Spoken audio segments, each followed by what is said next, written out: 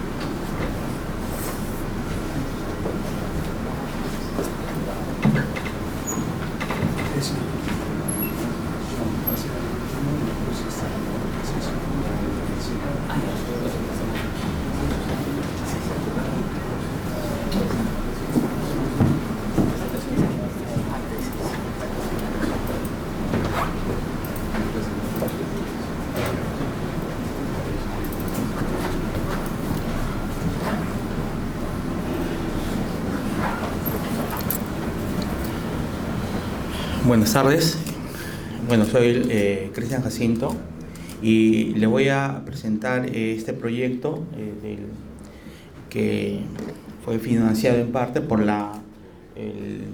por el IGI de la UNI, que fue la preparación de nanopartículas de hierro recubiertas con alginato y quitosano para la remoción de cromo en soluciones acuosas.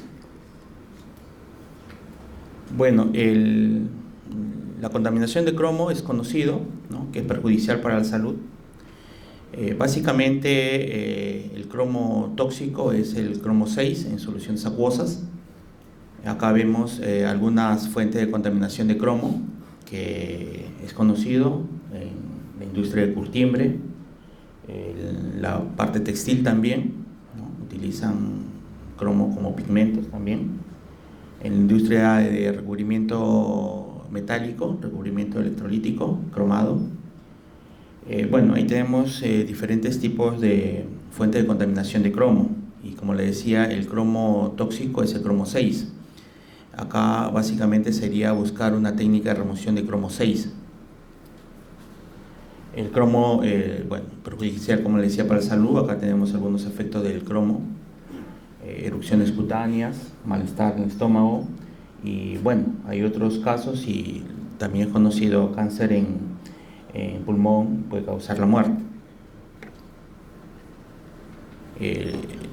Bueno, el cromo que puede provenir de estas fuentes de contaminación, es muy común que venga en el agua, ¿no?, y que por ahí pueda causar contaminación, ¿no?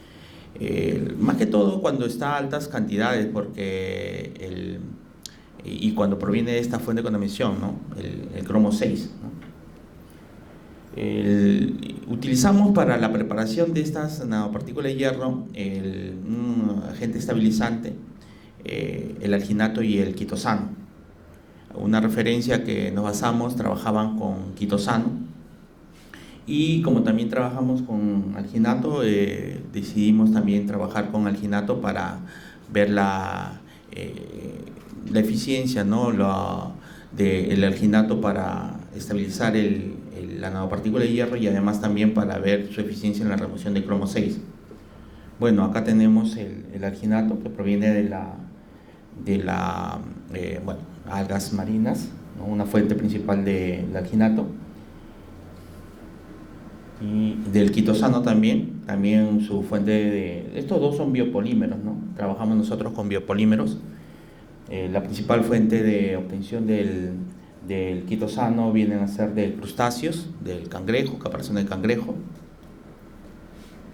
La función aquí de estos biopolímeros son de estabilizar las nanopartículas de hierro que vamos a preparar, ¿no? Y bueno, ahorita vamos a ver.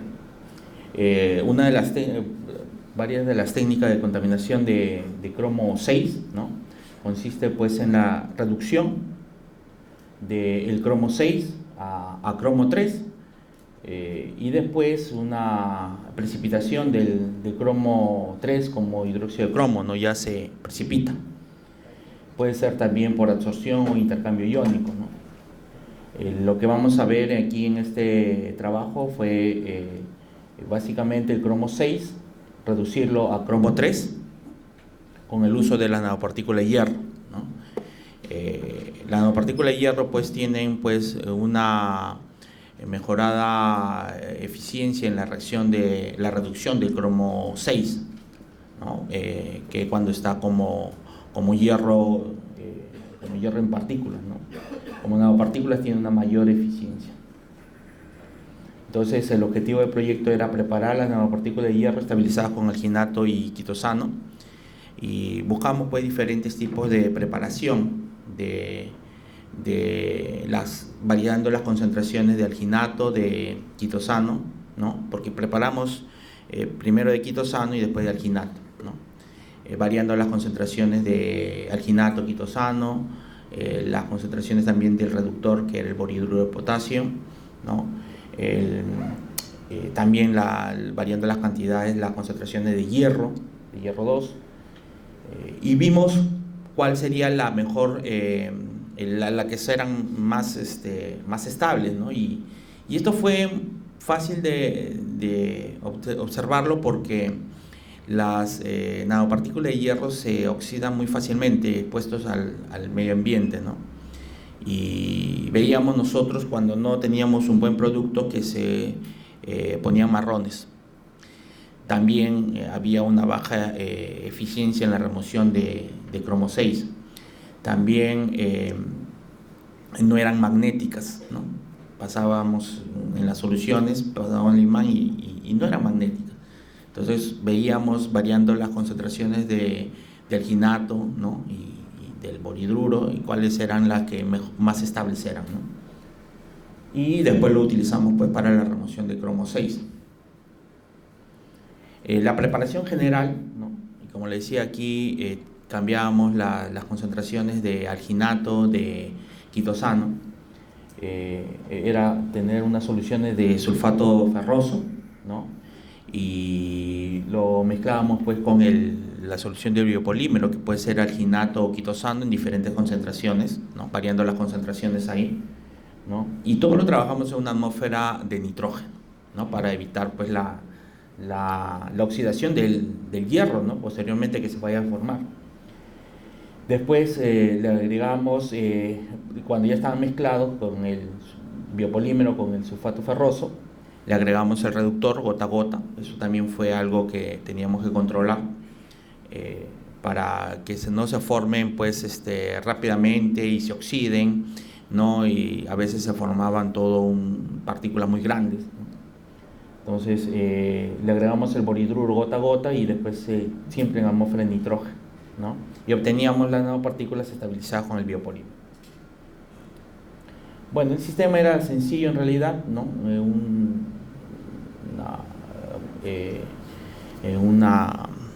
Teníamos un recipiente ahí con 3 bocas para agregar el boridruro, tenía la entrada del nitrógeno, ¿no?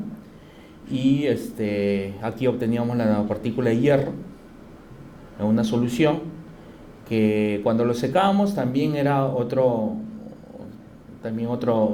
cosa de controlar, ¿no? Porque teníamos que controlarlo bajo atmósfera, secado en atmósfera de nitrógeno.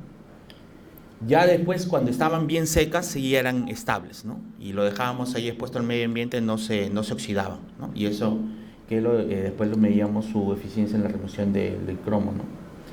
Bueno, esto básicamente cómo funciona las nanopartículas de hierro, ¿no? Que reaccionan con el cromato para formar el cromo 3, ¿no? Lo reducían, ¿no? Y después en realidad precipitaban, ¿no? Precipitaban ahí en forma, según esta reacción, en forma de hidróxido de cromo, ¿no? Su principal uso, y digamos que la perspectiva para el uso de estas nanopartículas de hierro estabilizadas es en las membranas semipermeables, ¿no? Que se pueden colocar en las aguas dentro de los suelos para filtrar las aguas subterráneas. Bueno, aquí en estas soluciones de o bueno, estos sistemas donde teníamos la nanopartícula de hierro, le medimos pues el tamaño de las nanopartículas obtenidas, que eran realmente grandes, porque también los polímeros son moléculas muy grandes, ¿no? Y bueno, aquí vemos una distribución con el DLS de los tamaños de nanopartículas, y bueno, antes de la remoción teníamos un tamaño promedio de 176 nanómetros, y otros por acá que esto eran posiblemente del polímero, y después de la remoción aparecían otras partículas por ahí de unos 550 nanómetros, y aparentemente después de la remoción pues el hidróxido de cromo se quedaba depositado pues en la nanopartícula de hierro, ¿no? Por eso es que habían estos dos, apareció este otro pico, ¿no? Esta otra proporción de nanopartículas. Ya mostrando los resultados de la remoción, ¿no? Esto con quitosano, ¿no? Una rápida remoción, porcentaje de remoción de cromo, ¿no? En un tiempo relativamente corto, ¿no? Ya después más o menos se hacía casi constante, ¿no? Y en estas isotermas se muestra pues que más o menos una capacidad máxima de absorción no era de 40 miligramos por gramos de nanopartícula de hierro.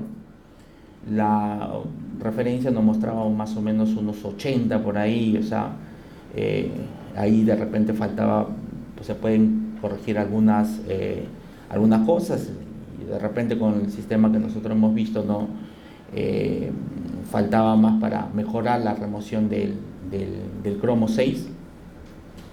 Y bueno, ajustándolo a una isoterma, se ajustaba a un modelo de Langmuir.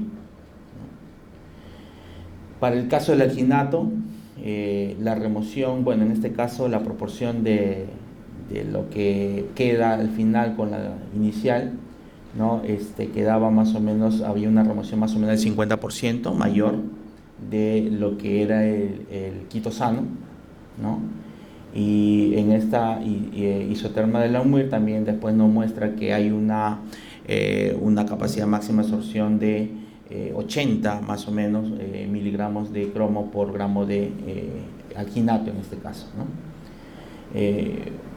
Comparando los resultados entre ambos biopolímeros, un porcentaje de remoción máximo utilizando el quitosano es de un 22%, con el alginato sí fue mayor, 50%, y también la capacidad máxima de absorción o de remoción con el quitosano fue de 40 miligramos de cromo por gramo de nanopartículas, en cambio con el alginato fue mayor, casi 80, ¿no? Esos fueron los resultados comparables, ¿no? Porque hemos trabajado con ambos, ¿no? También está pendiente en ver qué pasa con una mezcla de ambos biopolímeros para la preparación de las nanopartículas, ¿no? Entonces, las conclusiones fueron que se prepararon las nanopartículas estabilizadas con quitosano y alginato, ¿no? Y como le decía, nos damos cuenta de que se estaban estabilizadas porque cuando no le colocábamos el quitosano y el alginato, le agregábamos el boridruro, ¿no? Y queríamos secar a veces esta nanopartícula de hierro, cuando salía al medio ambiente ardía, ¿no?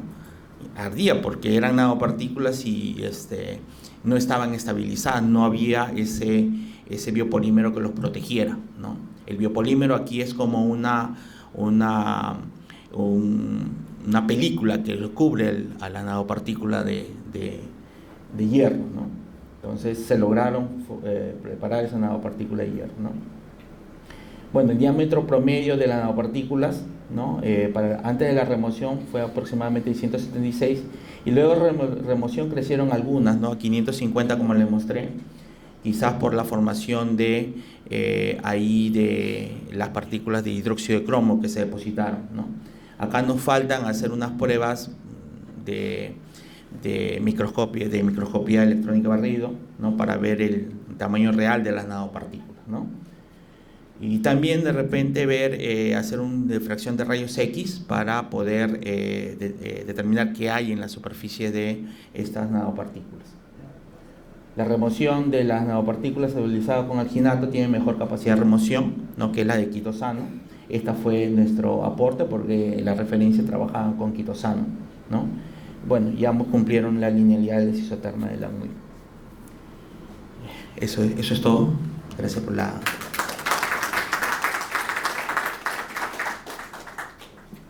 Si hubiera alguna pregunta, momento propicio de hacerla. Muy bien. Tenemos una pregunta. Cristian, gracias por la presentación. Cuando hablabas del alginato, ¿te refieres al alginato de sodio? De sodio, sí, de sodio. ¿Intentaste generar el crosslink con cloruro de calcio para formar el alginato de calcio? No.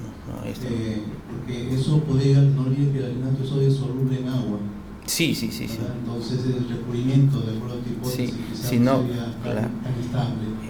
Sino que formar las nanopartículas, ¿no? Y el alginato se adhiere a las nanopartículas y las recubre en forma natural. No necesito de repente de ese entrecruzamiento, ¿no? Para formar ¿no? sea algo estable ahí, ¿no? No necesito de un entrecruzante ahí. Bien, lo otro es cuando proponen los mecanismos de las citotermas de Langmuir, está sugiriendo que el fenómeno es de absorción, pero también hablaba de precipitación de dióxido de cromo. ¿Tienes una idea de cuál de los dos mecanismos predominaría? Bueno, lo de la isoterma de Langmuir nos sugiere pues que hay una reactividad en la superficie, ¿no? Bueno, una absorción en la superficie. Yo, como hicimos las isotermas, lo ajustamos a un modelo, ¿no? Que era este.